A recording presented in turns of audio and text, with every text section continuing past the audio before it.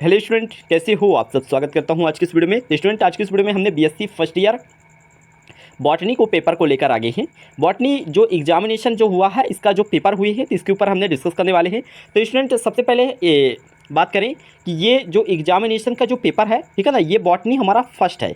ठीक है, क्या है ये जो हमारा बॉटनी है, ये बॉटनी फर्स्ट है। बॉटनी में आप सबको पता है कि बॉटनी में दो पेपर होते हैं, एक बॉटनी में फर्स्ट पेपर होता है और एक बॉटनी में सेकंड पेपर होता है। ठीक है, तो जो हम डिस्कस करने वाले हैं, ये फर्स्ट पेपर के ऊपर डिस्कस करने वाले हैं। फर्स्ट पेपर में कौन कौन से क्वेश्चंस आए हैं, कैसे क्वेश्चंस आए हैं, इसके ऊपर हमने डिटेल डिस्कस कर लेते हैं। ठीक है, और अपने सिलेबस को भी मैच कर लेना है। ठीक है ना, तो अगर मिल रहा है तभी आप लोगों को पढ़ना है, अदरवाइज इसे छोड़ देना है। ठीक है, तो जो आपका सिलेबस है वही आप लोगों को पढ़ना है। ठीक है, और ऑलमोस्ट पूरे मध्य प्रदेश में, पूरे एमपी की बात करूँ स्टूडेंट, पूरे एमपी में भी यही सिलेबस लग रहा है। ठीक है ना, तो आप लोगों को इस बातों को टेंशन नहीं लेना है, बस थोड़ा सा आप लोगों को जरूर मिला लेना है इसे। ठीक है, तो सबसे पहले आप स्टूडेंट हम इसके पूर्णांक के बारे में बात कर लेते हैं। तो ये जो पूर्णांक है, तो ये 70 नंबर का है। ठीक है ना, और मिनिमम जो पासिंग है वो 25 नंबर से है। ठीक है ना, 25 नंबर से भी यदि थोड़ा बहुत यदि कम नंबर आ जाती है, यदि 20 नंबर आ जाती है, तो यदि आपके प्रैक्टिकल में नंबर यदि बढ़ जाती है ना, 25 नंबर आती है, यदि प्रैक्टिकल में नंबर यदि ज़्यादा हो जाती है, तो इसमें से आप लोगों को पास कर दिया जाता है। ठीक है, तो इस बातों को टेंशन नहीं लेना है। ठीक है, तो स्टूडेंट अब बातें कर लेते हैं इसका पूर्णांक कितने नंबर का आता है। तो यहाँ पर आपने स्टूडेंट देख सकते हो, इसका जो पूर्णांक है, मैं इसके ऊपर डिस्कस कर दूँ, तो ये जो पूर्णांक है आपका 3 घंटे के आते हैं। ठीक है, 3 घंटे में आप लोगों को पेपर देना पड़ेगा। ठीक है, और यहाँ पर सेक्शन बाई सेक्शन को क्वेश्चंस को बांटा गया है। यहाँ पर देख सकते हो कि फर्स्ट सेक्शन है और सेकंड सेक्शन, थर्ड सेक्शन, यानी कि सेक्शन ए पर कौन कौन सी, यानी कि दो नंबर वाले यहाँ से क्वेश्चंस पूछे गए हैं। ठीक है, तो हमने फर्स्ट सेक्शन से स्टार्टिंग कर लेते हैं। और यहाँ पर देख सकते हो, थोड़ा सा मैं इसे जूम कर दूँ क्योंकि आप लोगों को समझ में आ जाओ। तो स्टूडेंट यहाँ पर भी देख सकते हो, ये आपके दो नंबर वाले हैं। ठीक है, सब टोटल 10 नंबर के यहाँ से क्वेश्चन पूछे गए हैं, दो नंबर वाले हैं। तो यहाँ पर आप देख सकते हो स्टूडेंट, पहला क्वेश्चन क्या कह रहा है, थोड़ा सा मैं इसे हल्का सा जूम कर दूँ। ठीक है, तो स्टूडेंट यहाँ पर देख सकते हो पहला क्वेश्चन क्या कह रहा है, यानी कि two Indian botanist field of botany. ठीक है, तो आप लोगों को क्या करना है, तो यानी कि दो वैज्ञानिकों के नाम आप लोगों को यहाँ पूछा गया है और उनका परिचय के बारे में आप लोगों को देना है। क्या कह रहा है कि वनस्पति विज्ञान के क्षेत्र में किन्हीं दो भारतीय वैज्ञानिक के नाम और उनका परिचय। ठीक है, तो मैं इसके ऊपर डिस्कस कर ही दूँ, तो दो वैज्ञानिक कौन कौन से हैं इसके ऊपर चलिए हमने चर्चा कर लेते हैं।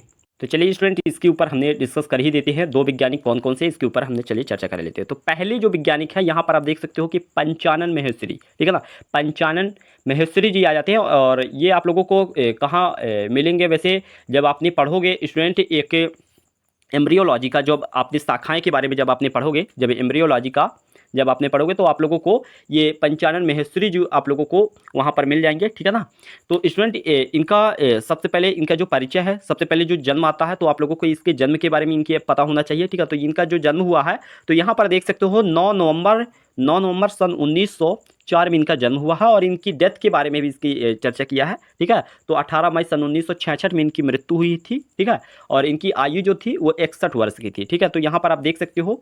और यदि मैं इनकी बात करूँ स्टूडेंट, इनकी कैरियर की बात करूँ, तो आपने यहाँ पर देख सकते हो ये वनस्पति विज्ञान थे। ठीक है, तो स्टूडेंट ये आपका ये फर्स्ट वैज्ञानिक हो गए। अब सेकंड वैज्ञानिक के बारे में हमने डिस्कस कर लेते हैं। तो यहाँ से देख सकते हो स्टूडेंट, यानी कि AC जोशी जी आ जाते हैं। ये भारतीय वैज्ञानिक है, याद रखना इस बातों को। ठीक है ना, ये भारतीय वैज्ञानिक है। तो इनका आपने इसे देख सकते हो। ठीक है, बनारस हिंदू विश्वविद्यालय के 12वीं कुलपति थे। ठीक है, तो यहाँ पर देख सकते हो इनका जो जन्म और मृत्यु दोनों भी आपने यहाँ से देख सकते हो, इनका इस प्रकार से परिचय आ जाता है। ठीक है ना, तो आप लोगों को इनका परिचय के बारे में आप लोग जरूर इसके बारे में ध्यान देना है। ठीक है, तो स्टूडेंट ये हो गए आपके वैज्ञानिक के, भारतीय वैज्ञानिक हो गए, उनका परिचय हो गया। ठीक है, और अगले क्वेश्चन की बात करें,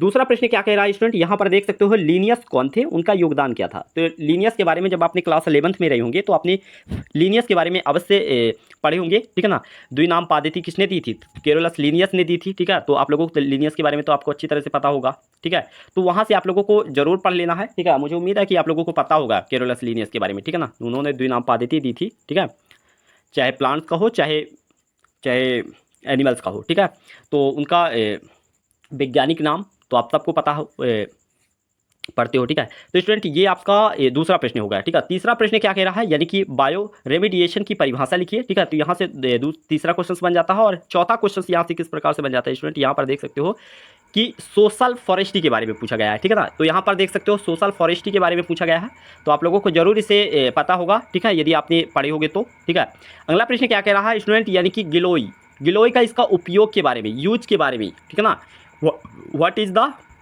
यूज ऑफ गिलोय। ठीक है ना, तो गिलोय के बारे में मैं इसका थोड़ा सा मैं आप लोगों को बता दूं कि इसका उपयोग किस में किया जाता है गिलोय को। तो स्टूडेंट यदि बात करूं गिलोय के बारे में, तो गिलोय इसमें बहुत ही ज़्यादा उपयोगी होता है, ठीक है ना। ये गिलोय का जो प्लांट्स होता है ये बहुत ही उपयोगी होता है।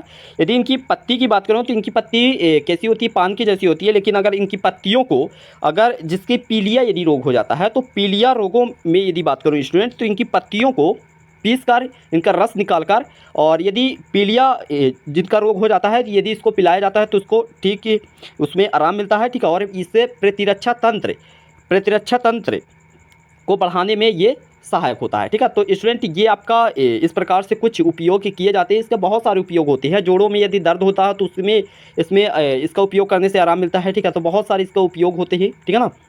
डायबिटीज़ में भी इसका बहुत महत्वपूर्ण होता है, ठीक है। तो स्टूडेंट अब अगले प्रश्न की बात करें तो अगला प्रश्न क्या कह रहा है, यहाँ पर आप देख सकते हो, थोड़ा सा मैं इसे सेक्शन बी पर ले जाता हूँ, ठीक है ना। तो यहाँ पर आप देख सकते हो ये सेक्शन बी है, ठीक है ना।